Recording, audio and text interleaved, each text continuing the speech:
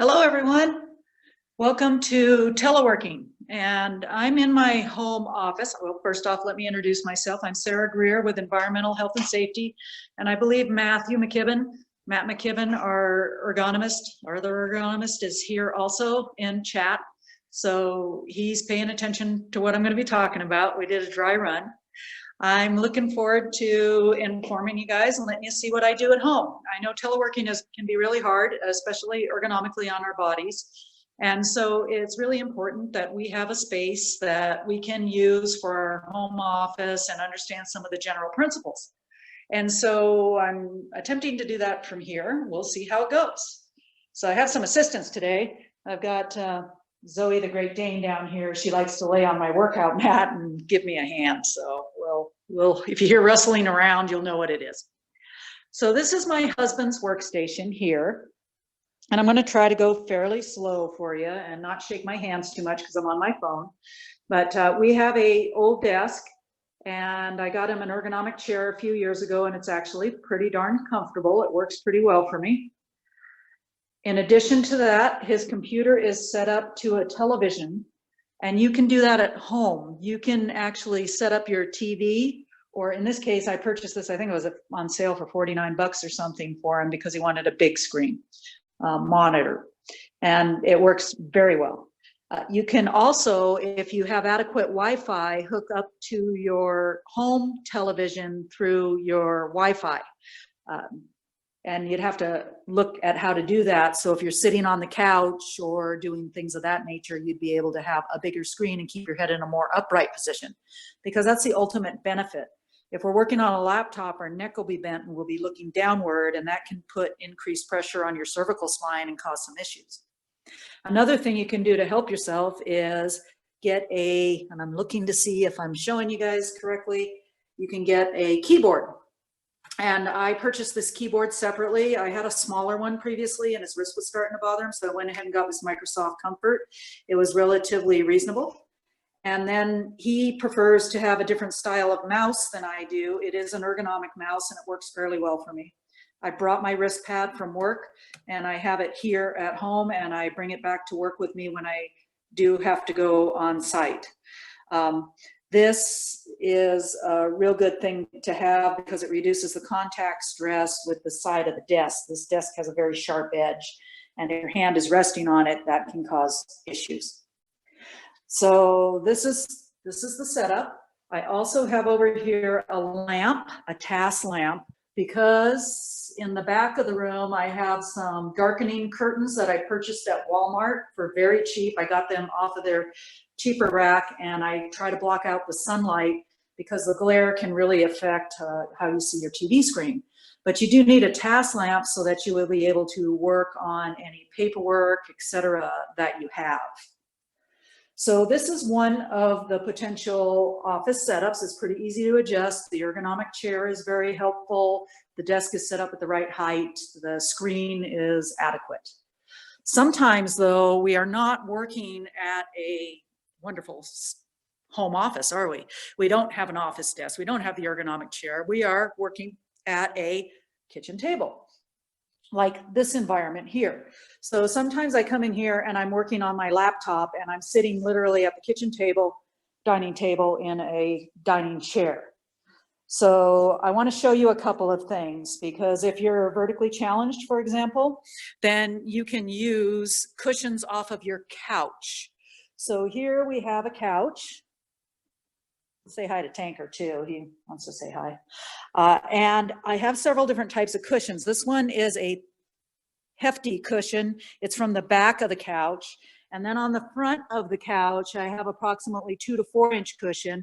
And then there's the little throw cushion. So I'm going to grab this cushion here, and I'm going to take it over to the chair, and I'm going to set it on the chair, because that's going to give me some added height and some added cushion on the chair while I'm sitting. I want to show you something though, because in my case, I'm fairly tall. So when I sat down on this chair, and I hope you can see it adequately, my thighs are sloped downward, see? And that's putting pressure on my thighs, and also causing me to tip forward quite a bit from the back of the chair. That is problematic. So in my case, I do not want to have a big lumpy cushion under there. I want to sit down flat on the chair. So look what happens now when I'm sitting flat on the chair. I'm starting to get closer to a 90-degree angle with my legs. This is what you want with your arms. You want your shoulders relaxed, your arms at about 90 degrees and your wrists straight.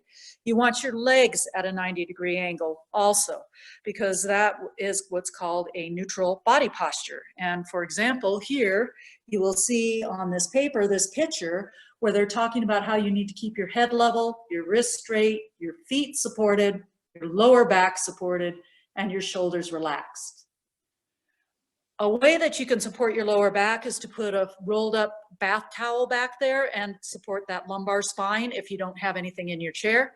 And a way you can support your feet is use a box as a footrest. If your legs are too far down like they were when I was on that cushion, you can put your feet up on a box, a good sturdy box. Alternatively, you can use something like this, which is a binder, and this binder is about 2 inches. You can get them 3 inches, you can get them 4 inches. You want to make sure the narrow end is facing you and that the larger end is towards the outside, so that when your feet are sitting on them, they're tipped kind of back a little bit, and that will help you have a footrest. Another thing you can do is you probably, if you have kids at home, you can go and kite some of their toys that would meet that requirement, but you really got to be careful with that, don't you? It's important too that we make sure that we have an adequate supply of water and that we're keeping ourselves hydrated.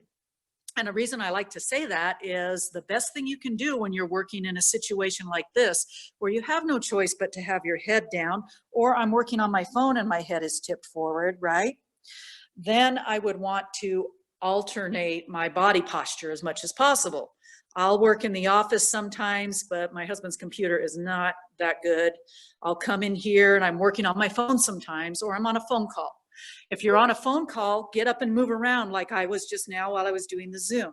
So while we're doing the Zoom, if you're on your phone, you can move around your house, you can stretch your body, you can do that sort of thing. And so that is really important. I'm going to go into the office because my husband's trying to get a hold of somebody on the phone and he's going to talk over me.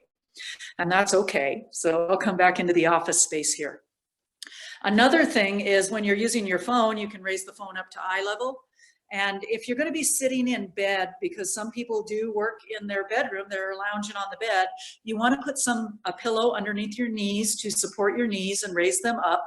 And you also want to be able to go ahead and put something behind your shoulders so that when you're sitting back, it's not such an extreme angle. I want to show you some valuable resources we have.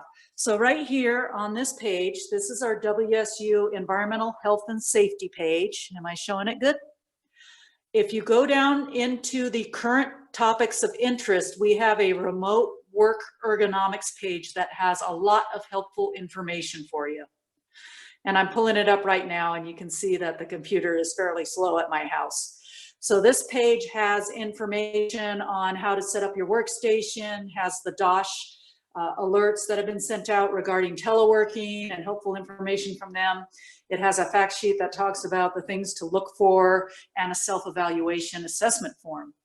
If you need assistance though, Matt McKibben and myself are more than happy to either Zoom you, look at a video you send us, or look at photographs.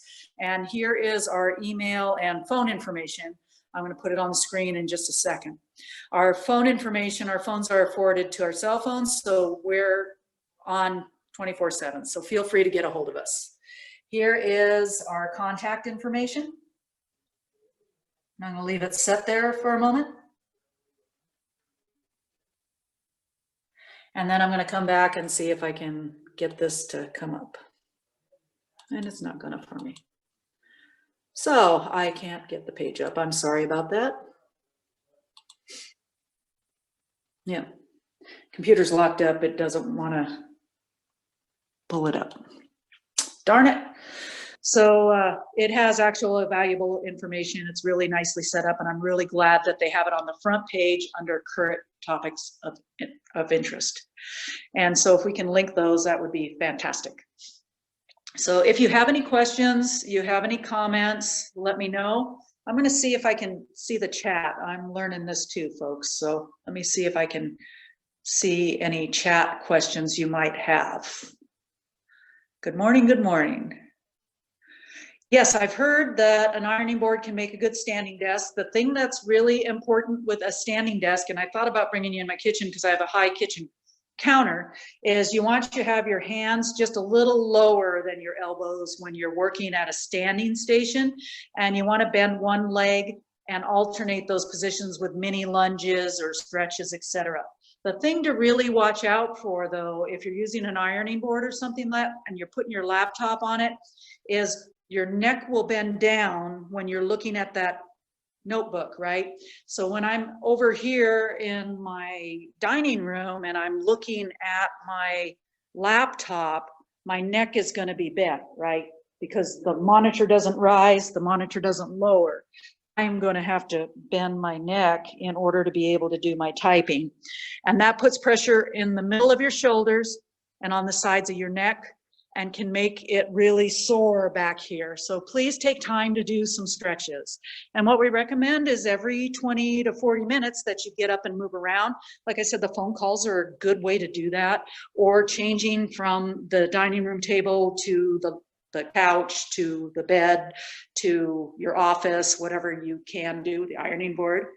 And then making sure that you're stretching those muscles. And there's lots of videos on stretching. I'm not going to get into that today, but it's a really good idea to walk, stretch, etc. So thanks for asking that one. I'm looking again, so hold on there, folks. Any other questions that you have? If you have questions and you haven't thought of them right now, then go ahead and just shoot us an email or give us a phone call, and we are happy to go ahead and discuss those with you. And thank you so much for tuning in today. I really like this idea, and I hope it really takes off. So we'll see you guys around, okay? Be safe.